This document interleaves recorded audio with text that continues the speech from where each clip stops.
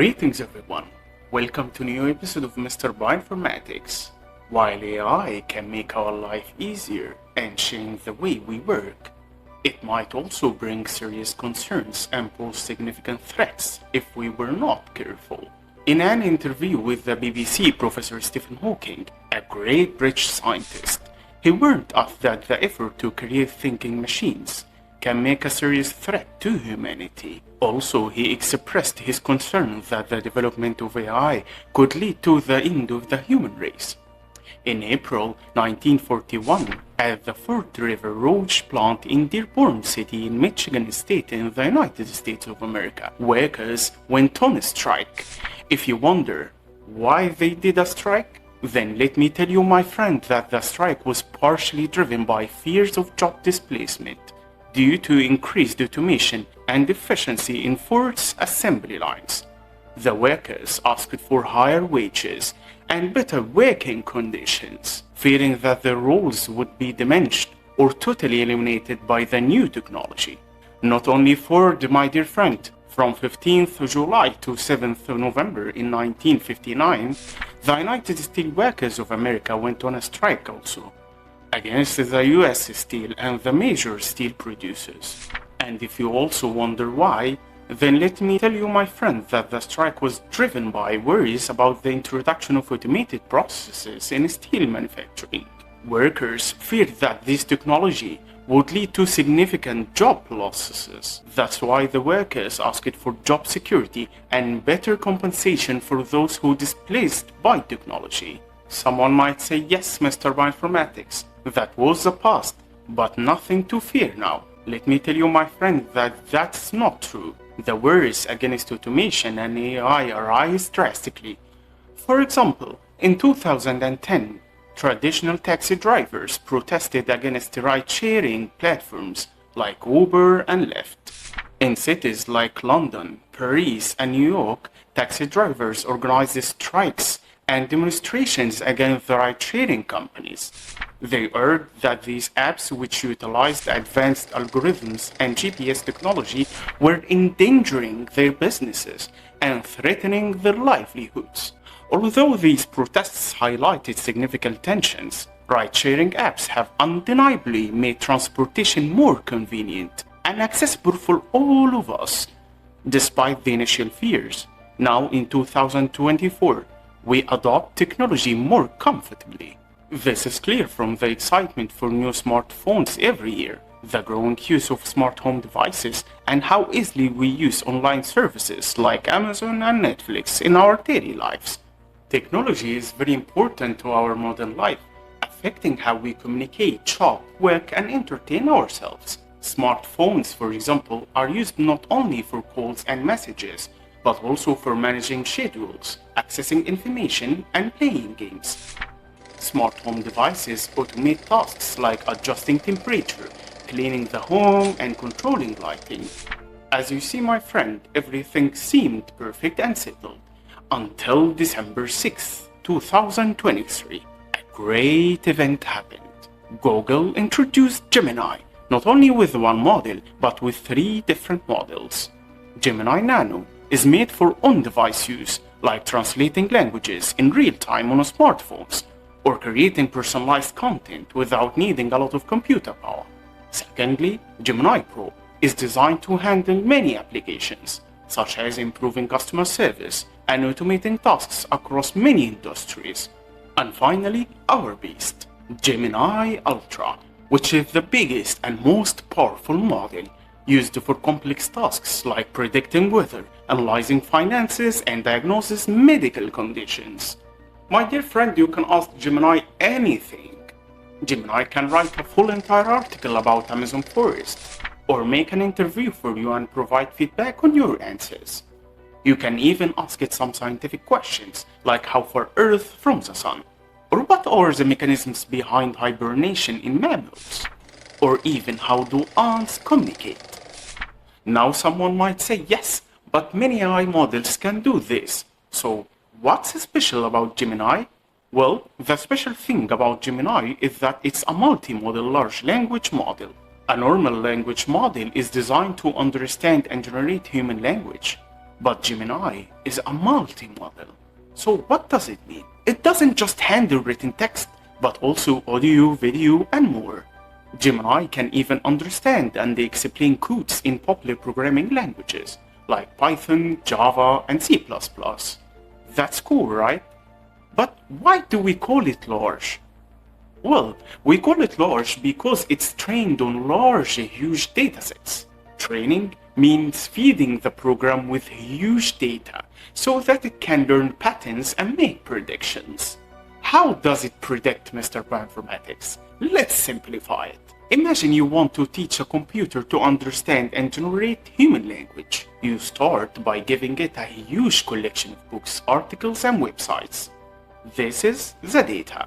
The computer program, which is the large language model, reads all of this text and looks for patterns. For example, it might notice that the word cat often appears near words like meow and furry. This helps the program learn that these words are correlated. But just giving it a lot of text isn't enough, because we want the program to make predictions. So when you give it incomplete sentence, it can complete it. For example, if it reads the cat sat on the, it might guess mat, because it has seen this phrase many times. If you start a sentence with the Earth orbits, a deep learning model might complete it with the sun. Or if you say Paris is the capital of, the model would likely finish it with France. This demonstrates how the model uses patterns and probabilities from its training data to generate accurate and coherent text. But how large language models do that? Large language models use a type of machine learning called deep learning. Deep learning uses a probability to learn. For example, in the sentence, the quick brown fox jumped over the lazy dog, the letters E and O are the most common, appearing 4 times each. A deep learning model might conclude that these characters are among the most likely to appear in English text.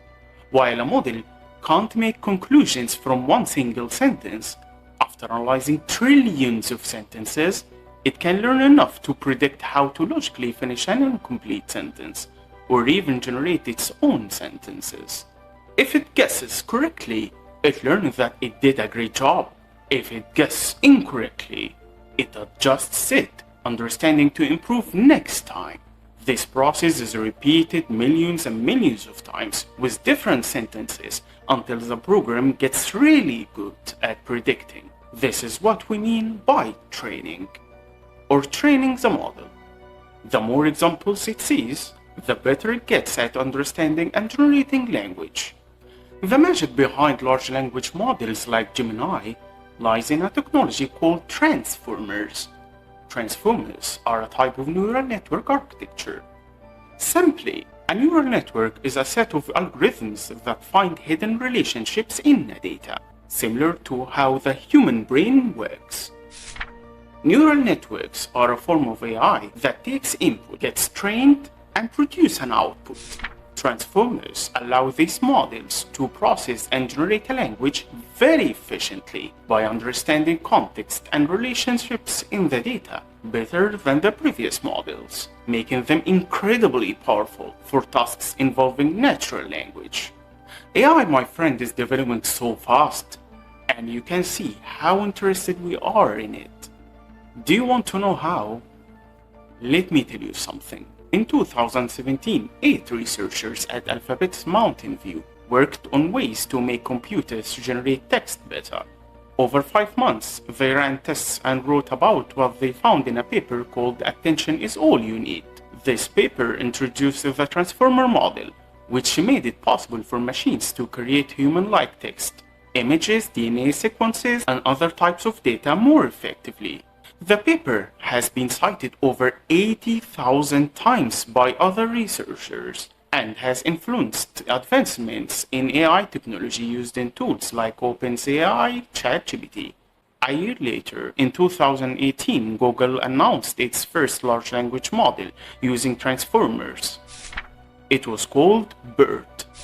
The reason why BERT was classified as a large language model not just a language model, was that its number of parameters was 110 million parameters. But what are parameters? Large language models break up queries into tokens in order to process them and provide answers. Tokens can be as short as one character and as long as one word. So in the example hello reader, one token might be hello and the other reader. Remember, the model is looking for patterns to make predictions. Parameters determine the model's ability to process these tokens and to generate text accurately. You can also think of parameters like neurons in your brain. The more neurons you have, the more complex your thoughts can be. The same is true of parameters. This means that BERT has over 110 million numbers that it uses to understand the phrase it receives and complete it? Yes, exactly. In the same year, the company OpenAI announced its large language model and called it GPT. The key here is, yes, you're right, transformers. GPT had 117 million parameters. It's 7 million more. Since then, everything exploded. In 2019, OpenAI announced GPT-2 that has 1.5 billion parameters. In 2020, Google announced T5 with 11 billion parameters. And in 2020, the same year, OpenAI announced GPT-3 with 175 billion parameters. And on February 6, 2023, BERT was first announced in a statement from Google and Alphabet CEO Sundar Pichai.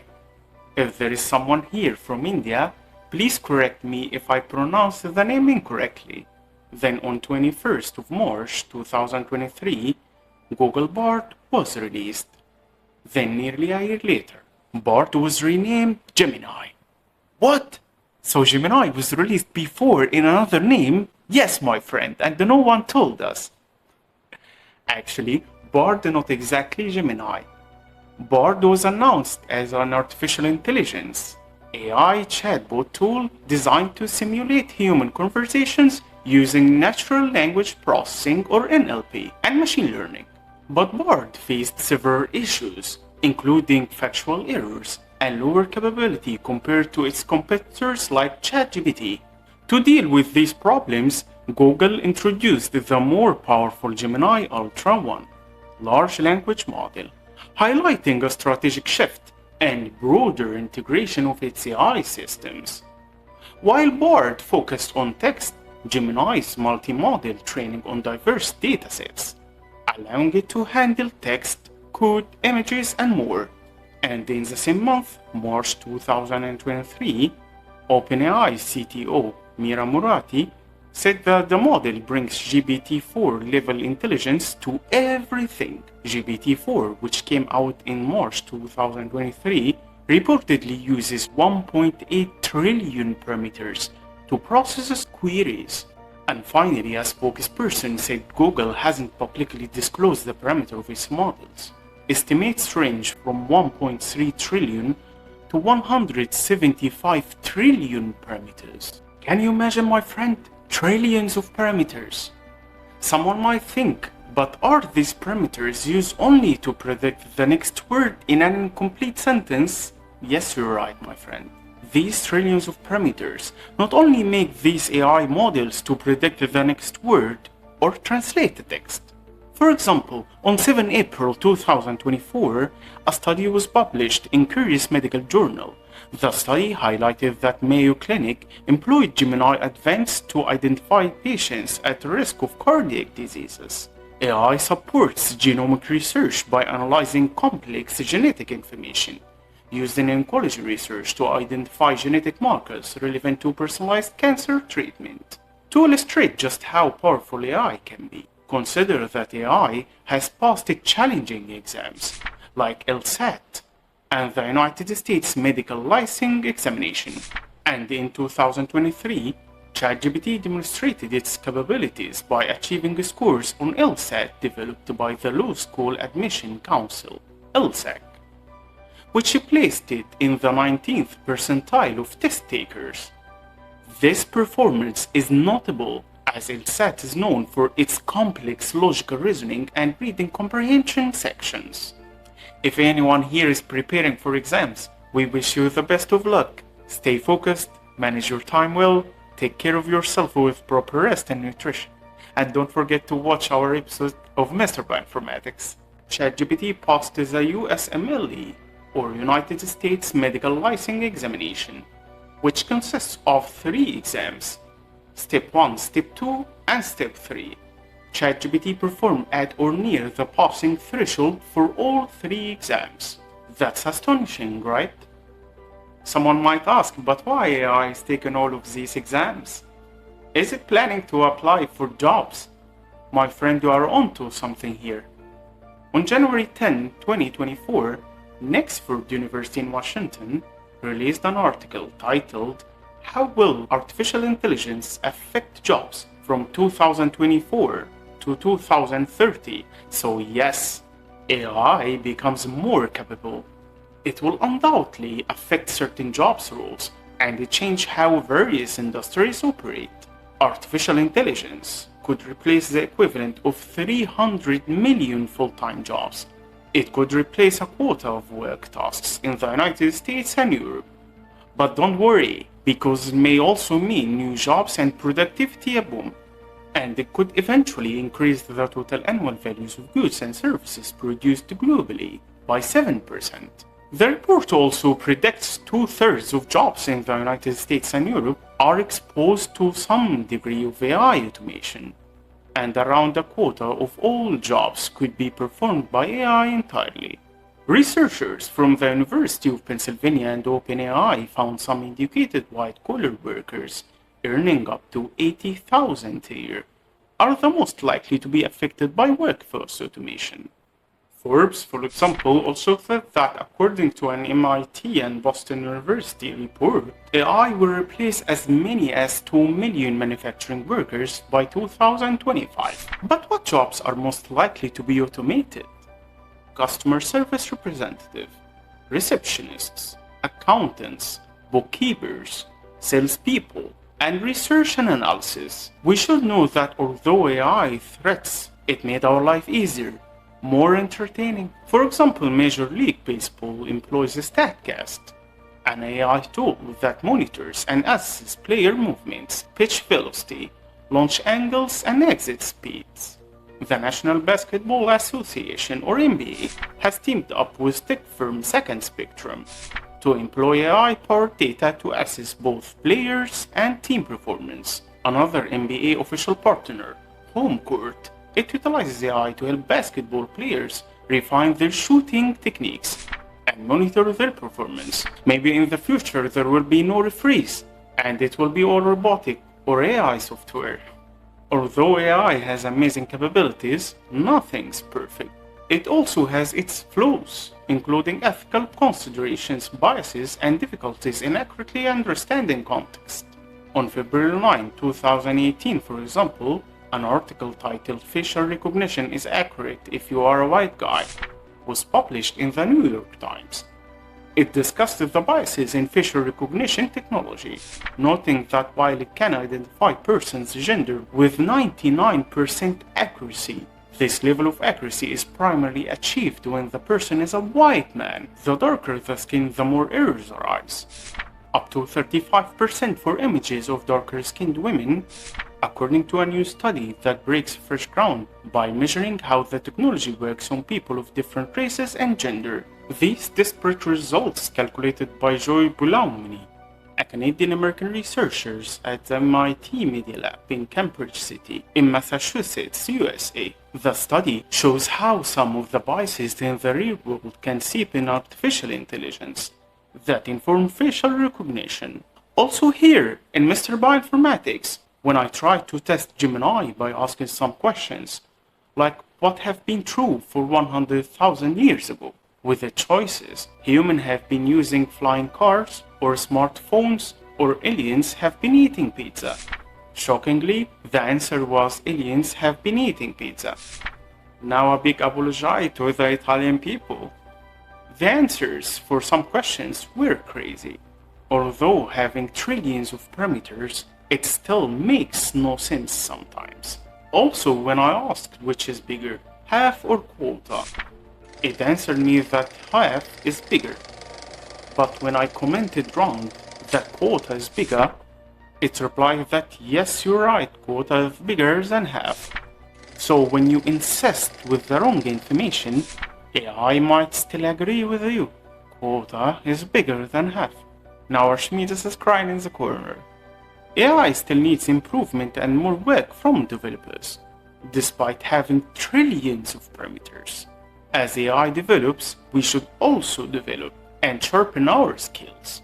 Even when AI is ready and make no errors, there will still be jobs it cannot replace, such as requiring human creativity, artists, writers, or empathy, therapists, caregivers, or complex decision making, for example, strategic planning or leadership, and programmers who develop and fix the bugs in AI system. So we will not see again that the aliens have been eating pizza. And thus, we have reached the end of our episode. Do you think artificial intelligence can replace us? Tell me in the comment section. Thanks for watching. See you next time.